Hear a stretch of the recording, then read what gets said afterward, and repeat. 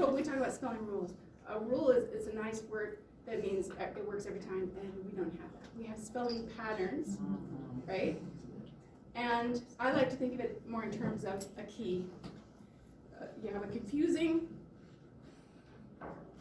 like a crossroads, when you say, how am I going to spell this sound? And it's like a lock, and you want a key to unlock that, right? So this is how I would approach it. If I had, I'm developing workbooks for this. I don't want to say, this week we're studying this sound, and here's my spelling rule for this. Now memorize the spelling rule and memorize the lists, and there you go.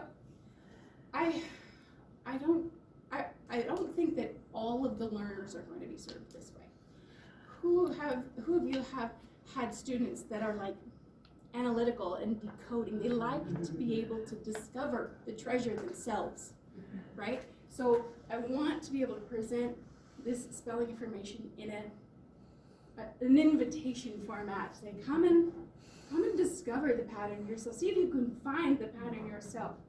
And so it starts with a text, an engaging text, hopefully a funny text, okay? I've coined a tale to bring you joy about a boisterous little boy. Destroying toys made him rejoice as he deployed his noisy voice. He would not at all avoid deploying any big spheroid. All things moist he would employ. His spoiled sister he'd annoy. Then one day he had had enough, and down the toilet went his stuff. Or I said she had had enough. A truce was called. They made a choice not to fight. Their mom rejoiced. How many ways of spelling oi do you see? Yeah. Two, right? And so here we have a chance to figure out if there's a pattern.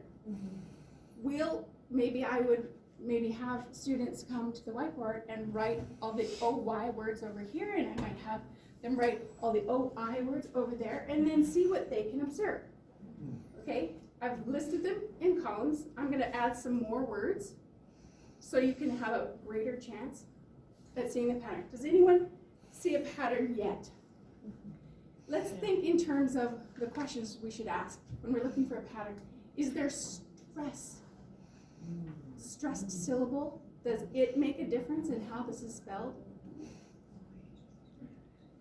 No. What about syllables? What about morphemes? Okay? Does it matter where in a morpheme this spelling is taking place? What if I did this? See that? Now do you see the pattern? O-Y at the end of a morpheme. O-I at the beginning or middle of a morpheme. Okay? Oil, coin, rejoice, boisterous. They're all at the beginning or the middle. O-Y at the end. You can add morphemes after O-Y. And all the words in English follow this pattern. So I make a pattern, right? And then here's my big juicy word list. And you might see some words that you wouldn't recognize as having two morphemes. For example, royal. You might have students who want to spell that R-O-I-L because it sounds like it's in the middle of a word. But if we can convey what a morpheme is and point out that A-L is a suffix, then you don't have people breaking or words breaking this pattern, right? You see the color coding here is how I have sort of separated out according to grade level.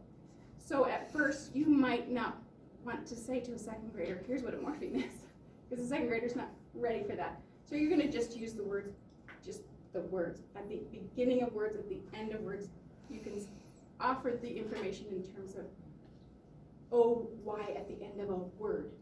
Then you get to, say, 4th grade, where you're going to introduce them to the idea that there's more than just words involved, and hopefully convey what a morpheme is, and show how it works, how a suffix can just attach or detach.